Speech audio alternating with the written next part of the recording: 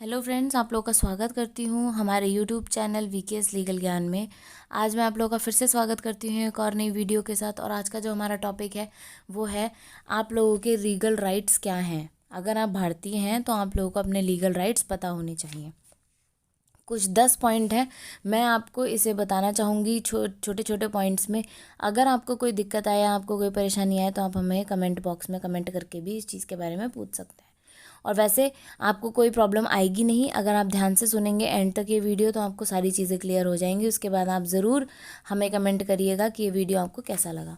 तो चलिए हम स्टार्ट करते हैं। पहला मैं आपको बता दूं, अगर पत्नी ताने देती है अपने पति को या डांटती है या फिर आपके घर वालों के साथ या आपके माँ बाप से आपको अलग होने के लिए बोलती है, ये पॉइंट मैं खासकर लड़कों के लिए लेकर आई हूँ, तो यहाँ पे भी ये लड़का क्रुएलिटी का केस लड़की के ऊपर कर सकता है और उससे डिवोर्स ले सकता है। ये हिंदू मैरिज एक्ट के अंतर्गत आता है। अगर कोई भी लड़की आपके माँ बाप को या आपको गाली देती है, परेशान करती है मेंटली या फिर फिजिकली, तो ये क्रुएलिटी का एक ग्राउंड बनता है जहाँ पे आप डिवोर्स फाइल कर सकते हैं। दूसरा point, Hindu adoption and maintenance 1956 act के अंतर्गत अगर आप हिंदू हैं और अगर आपके पास एक बच्चा है तो आप दूसरा बच्चा गोद नहीं ले सकते। वहीं अगर आपके पास कोई भी बच्चा नहीं है तो अगर आपको गोद लेना है बच्चा, तो वहाँ पे आपके और उस बच्चे को जिसको आप गोद ले रहे हैं, आप दोनों के बीच में कम से कम 21 साल का डिफरेंस होना ही चाहिए।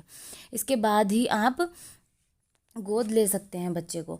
वहीं पे तीसरा पॉइंट अगर मैं आपको बताऊं, 1861 पुलिस एक्ट के अंतर्गत कोई भी पुलिस वाला हर वक्त ड्यूटी पर ही होता है, ये आपको पता होना चाहिए। किसी भी क्राइम सीन पे मान लीजिए पुलिस वाला वर्दी में नहीं है तो भी वो मना नहीं कर सकता कि मैं ड्यूटी पर नहीं हूँ, क्योंकि पुलिस एक्ट के अंतर्गत पुलिस वाला ऑल द टाइम ड्यूटी पर ही होता है। वहीं पे अगर मैं आपको बताना चाहूँगी नेक्स्ट पॉइंट कि अगर आप कहीं पे भी जॉब कर रहे हैं या करके छोड़ चुके हैं और वहाँ पे आपकी कोई पैसा उधार रह गया है, सैलरी रह गई है या किसी से आपने उधार ले रखा है, तो आपके पास प्रूफ होना चाहिए। उसके लिए आप कोर्ट में, इंडियन एक्ट के अंतर्गत आप कोर्ट में शिकायत एप्लीकेशन भी लगा सकते हैं। और इसका जो मैक्सिमम टाइम होता है, मैक्सिमम टाइम 3 इयर्स होता है। अगर मान लीजिए किसी ने आपके पैसे ले रखे हैं और वो नहीं दे रहा उधार के पैसे, तो आप उसके ऊपर 3 साल के अंदर अंदर केस कर सकते हैं। इसके बाद शायद आपका ये प्रॉब्लम सॉल्व ना हो, बट 3 साल इसमें बहुत इनफ होते हैं कि अगर किसी ने पैसे ले रखे हैं तो आप उनसे बाय कोर्ट भी निकलवा सकते हैं। वहीं पे अगर हम बात करें अपने 5वें पॉइंट की, तो आपके पास जो भी प्रोडक्ट अगर आप खरीदते हैं तो उसका मैक्सिमम रिटेल प्राइस से कम कीमत देने का राइट होता है आपके पास। क्या आपको ये चीज़ पता थी आज से पहले? लेकिन अगर नहीं पता थी तो मैं अब आपको ये चीज़ बता दूं कि अगर आप कोई भी चीज़, मान लीजिए आप 500 रुपये की कोई चीज़ खरीद रहे हैं किसी भी दुकानदार से, तो आप उस पर कम करा सकते हैं कीमत। लेकिन प्रोडक्ट बेचने वाला जो दुकानदार है वो कभी भी उसी मैक्सिमम रिटेल प्राइस को बढ़ाकर आपको नहीं बेच सकता। ये आपका एक अधिकार है जो आपको पता होना चाहिए। नेक्स्ट अगर हम बात करें 6ठे पॉइंट की, तो इसमें ट्रैफिक वायलेशन के अंतर्गत अगर आपका कोई भी एक ट्रैफिक चालान कट चुका है तो वो पूरे दिन में दोबारा नहीं कट सकता। वहीं पे अगर एग्जांपल ले लूँ कि हेलमेट का आए दिन किसी ना किसी का चालान कटता है, तो आप लोग को पता होना चाहिए कि अगर एक बार चालान कट गया है हेलमेट का तो दोबारा पूरे दिन भर में नहीं काट सकता कोई भी ट्रैफिक पुलिस वाला। चलिए अब अगला बात करते हैं हम अपने 7वें पॉइंट के ऊपर।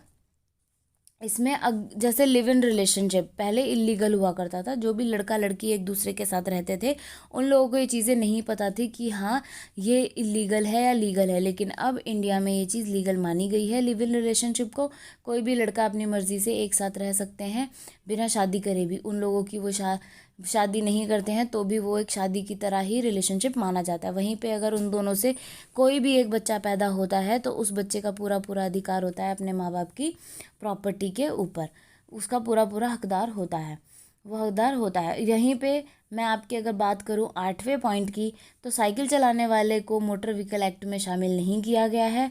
साइकिल और रिक्शा दोनों ही मोटर व्हीकल एक्ट के अंतर्गत नहीं आते। वहीं पे अगर 9वें पॉइंट की बात करें, तो अगर कोई भी महिला अरेस्ट होती है तो उसको महिला पुलिस कर्मचारी ही अरेस्ट कर सकती है, कोई पुरुष अधिकारी नहीं कर सकता। और महिला को अरेस्ट करने का समय शाम को 6 बजे से सुबह 6 बजे तक नहीं है। उसके अलावा अगर कोई संज्ञेय अपराध किया है तो उसके लिए आपको कोर्ट से ऑर्डर लाना पड़ता है, तभी आप किसी महिला को अरेस्ट कर सकते हैं, वो भी एक महिला पुलिस अधिकारी। लास्ट में पॉइंट आपको बताना चाहूँगी कि अगर आपने इनकम टैक्स अधिकारी आपको तभी अरेस्ट कर सकता है अगर आपने मान लीजिए इनकम टैक्स का नहीं भरा, तो TRO टैक्स रिकवरी ऑर्गेनाइजेशन के अंतर्गत ये आपको रूल होता है कि वो अरेस्ट कर सकते हैं 1961 के इनकम टैक्स एक्ट के अंतर्गत। ये चीज़ें मैंने आपको कुछ बताई हैं मेन। आई होप आपको पसंद आई होंगी, और अगर आपको कोई डाउट हो तो हमें कमेंट आप कर सकते हैं। प्लीज़ इस वीडियो को एंड तक ज़रूर सुनें, क्योंकि आपके काफ़ी सारे अधिकार इसमें मैंने शामिल करे हैं जो आपको नॉर्मली अपनी बेसिक लाइफ में पता होने चाहिए। तो दोस्तों आज के लिए इतना ही।